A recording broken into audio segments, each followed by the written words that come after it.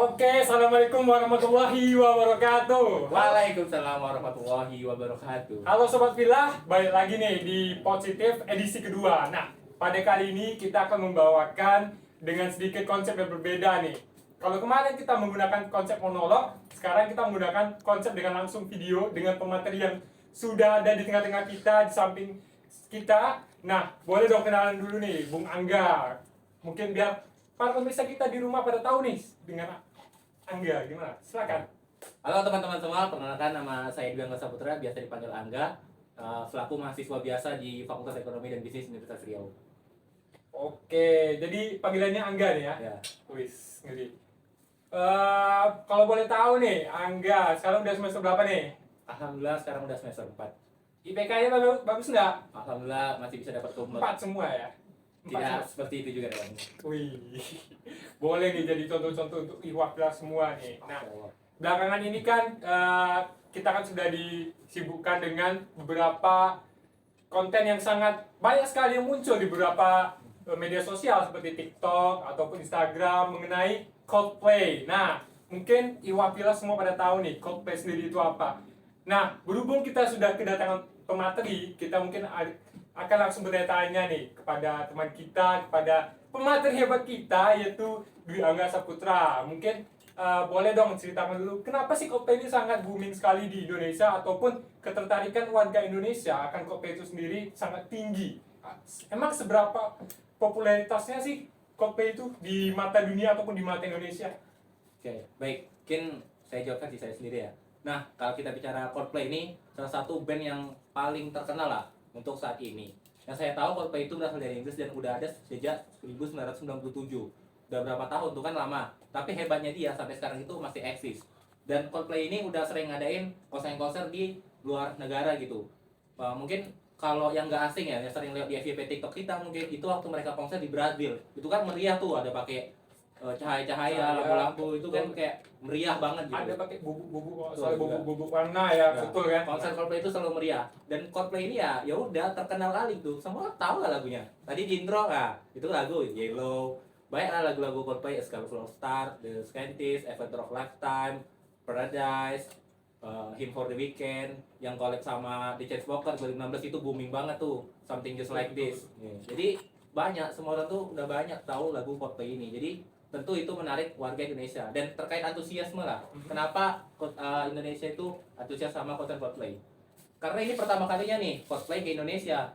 Band yang luar biasa terkenal itu dengan konser sangat meriah akhirnya datang ke Indonesia. Nah ini for your information aja ya, FYI juga, Coldplay itu hampir mau konser ke Indonesia 2017. Cuma mereka membatalkan. Kemarin itu karena adanya isu lingkungan. Jadi Coldplay ini salah satu band yang kan sadar isu lingkungan. Tahu sendiri Indonesia ya, isu lingkungannya gimana. Kemarin tuh tahun-tahun segitu juga masih dihadapkan kayak masalah-masalah lingkungan, contohnya kayak sampah. Sampah Indonesia, sampah plastik itu salah satu terbesar di dunia. Juga kan kalau konser kan udah pasti di Jakarta. Iya. Jakarta itu nggak tahu ya sekarang gimana, tapi kalau kemarin dulu itu juga tahun-tahun sebelumnya Jakarta itu menjadi salah satu kota dengan udara terburuk di dunia.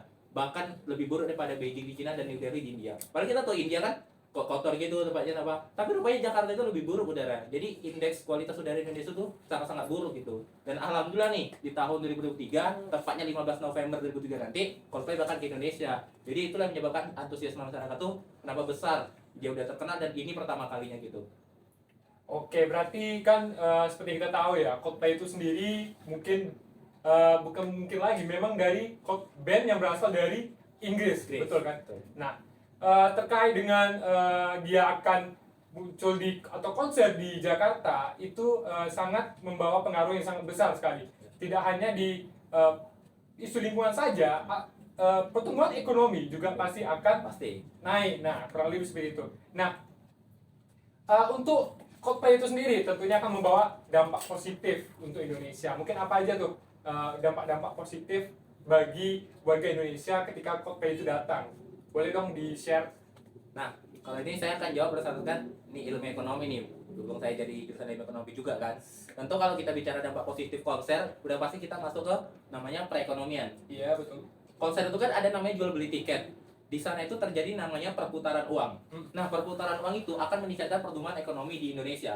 Sekarang kita balik lagi nih ke bulan Maret 2003 di mana Blackpink mengadakan konser juga. Itu kan lumayan mewah tuh. Juga penjualan tiketnya itu sangat-sangat banyak. Nah, perputaran uang di sana itu meningkatkan gitu perekonomian Indonesia. Selain itu, jelas kalau udah banyak konser, banyak yang jualan. UMKM, pedagang-pedagang kecil, mereka tuh terdapat peningkatan pendapatan di sana gitu. Dari sisi pedagang, UMKM maupun pedagang-pedagang kecil. Juga usaha-usaha lain seperti penginapan kayak hotel, akomodasi, perjalanan kayak travel, Gojek itu kan juga meningkat kan. Juga bakal menarik wisatawan asing. Coldplay konser di Indonesia, misal di Malaysia nggak ada, pasti orang Malaysia ke kita. Nah, pariwisata kita juga meningkat. Jadi dengan adanya konser itu pasti bakal menumbuhkan ekonomi Indonesia. Kalau kita berkaca dari konser Blackpink nih, nah Blackpink itu konser Maret 2003. Kalau kita lihat PDB Indonesia triwulan 1, di mana dari bulan Januari sampai April itu naik sekitar 5,03%. Dia itu naik 0,2% daripada triwulan sebelumnya, yaitu triwulan 4 2022. Jadi kan jelas, berarti kan ada nih dampak dari konser Blackpink kemarin ke PDB kita. PDB. Nah, ini bisa kita prediksi juga, pasti bakal terjadi juga di konser Coldplay. Nah, Coldplay itu kan di bulan November konser. Kemungkinan besar itu akan meningkatkan PDB Indonesia di triwulan 4 atau bakal meningkatkan tahunannya. Karena dari Menparekraf sendiri aja dia bilang, Pak Sandiaga Uno dia bilang, diprediksi dia keuntungan dari konser Coldplay ini itu mencapai 167 triliun. Wow, 167 triliun itu dari perputaran uang yang ada, dari usaha-usaha UMKM yang ada, dan tadi saya bilang kan hotel, akomodasi dan lain-lain, kan banyak usaha-usaha yang maju gitu akibat konser Coldplay ini. Jadi dapat kita simpulkan lah kalau konser Coldplay nanti juga bakal berdampak baik gitu bagi pertumbuhan ekonomi di Indonesia dan mensejahterakan para masyarakat khususnya pelaku usaha.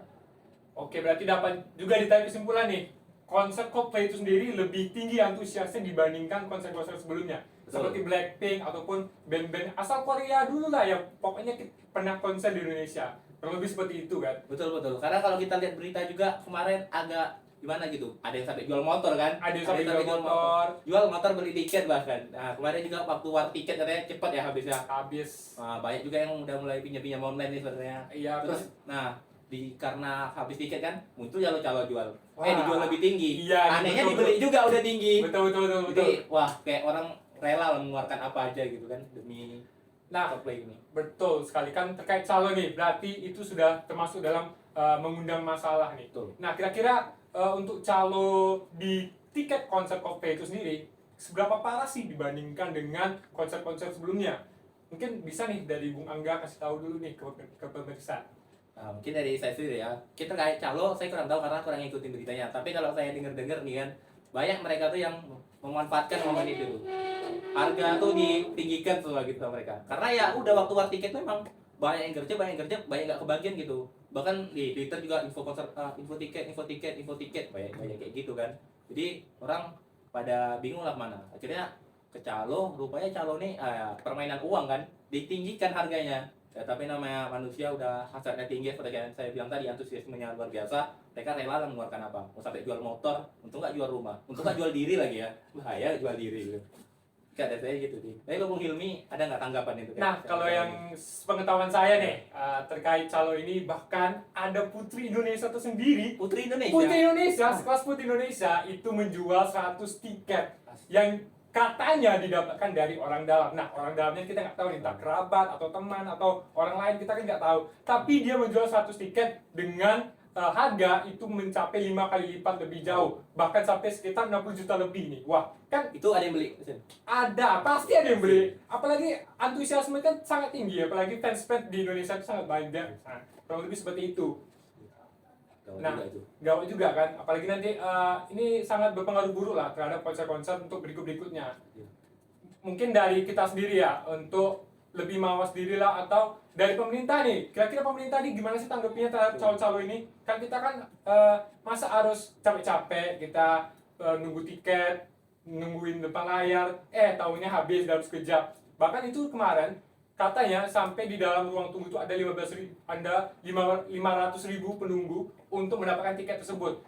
Tapi ya gitulah, karena keterbatasnya tiket dan juga hari dari tanggal konser tersebut. Nah, terkait hari ini, dari Sandiaga Uno nih, Bung Angga kenal kan Sandiaga Uno kan? Dan saya udah bilang tadi, Pak, Menparekraf kita. Ya, Menparekraf kita itu katanya ingin menambah 1 jadwal lagi nih, dari semulanya 1 hari menjadi 2 hari. Kira-kira gimana nih tanggapan Bung Angga nih terkait permasalahan tersebut. Nah, kalau kita bicara soal penambahan hari ya, Iya. tentu tadi main paragraf bilang bakal ada keuntungan yang banyak didapat nih dari Coldplay Coldplay.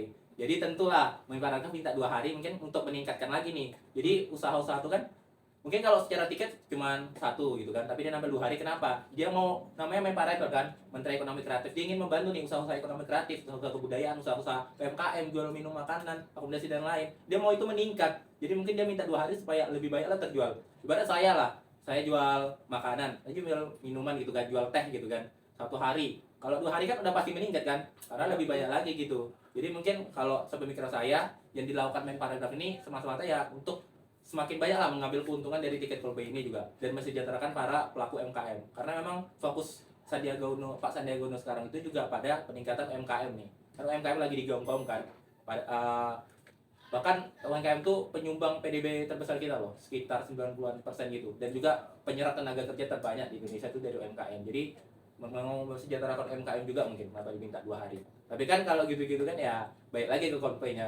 Bisa Ya. jadi ada biaya tambahan lagi. Nah sebenarnya kalau kita bicara tadi ada dampak positif ya dari konser Coldplay. Iya. Tapi kalau kita lihat Iya. sekarang ada dampak negatifnya, hedonisme ini yang Nah, hedonisme ini yang perlu kita tanggapi nih. Nah, sebenarnya hedonisme itu sangat berpengaruh sih dalam tidak hanya konser Coldplay ya, tapi juga ketergantungan atau gaya hidup dari orang Indonesia itu sendiri. Karena di balik kepopuleran Coldplay itu juga harus diwaspadai berbagai ancaman-ancaman, salah satunya hedonisme ini.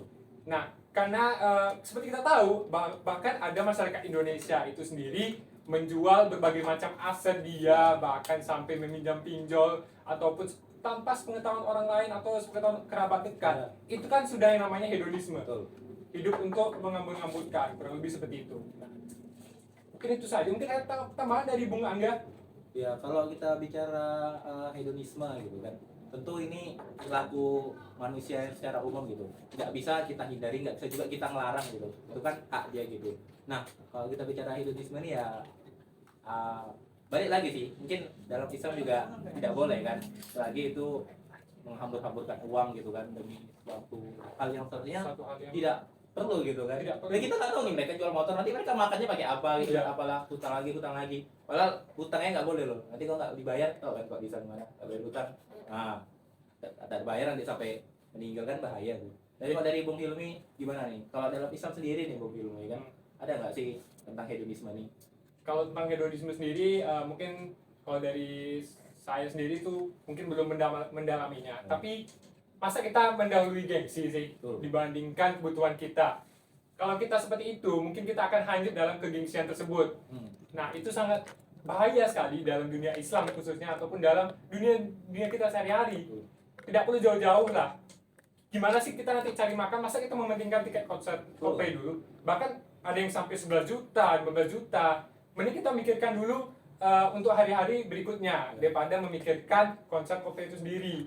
Nah, kurang lebih dari itu sih. Ya mungkin kalau dari saya ya, ini mungkin pesan untuk masyarakat Indonesia juga kan. Kita tuh harus mendahulukan kebutuhan primer kita. Betul. Pangan, papan gitu. Yang paling penting mungkin makan minum lah. Baru ke sekunder itu peralatan kita lah. Terusnya masih banyak gitu yang perlu kita perlukan gitu. Daripada kita membeli tiket Coldplay itu. Tapi kalau pendapatannya cukup kayak artis ya nggak masalah. Iya, Ya. nggak masalah. Ya, tapi kalau kita orangnya berkecukupan, cobalah itu diatur lagi gitu. Jangan sampai nanti menyebabkan itu kemaslahatan bagi diri kita sendiri, banyak hutang lah, banyak ini kan bikin pusing gitu juga kan. Betul. Jadi lagi-lagi lihat dulu lah kebutuhannya apakah bisa gitu. Kalau enggak janganlah dipaksa. Saya agak sedih juga gue lihat orang banyak hutang, banyak jual motor gitu kan.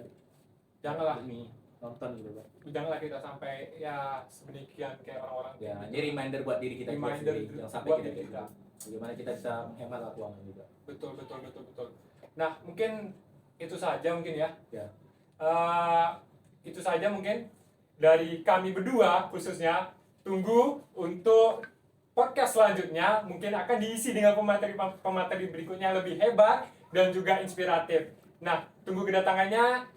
Kami undur diri, apabila ada kesalahan kami mohon maaf. Wabillahi taufiq wal hidayah. Wassalamualaikum warahmatullahi wabarakatuh. BKIM, berhati ikhlas, berpikir cerdas, bekerja keras. Takbir. Allahu Akbar.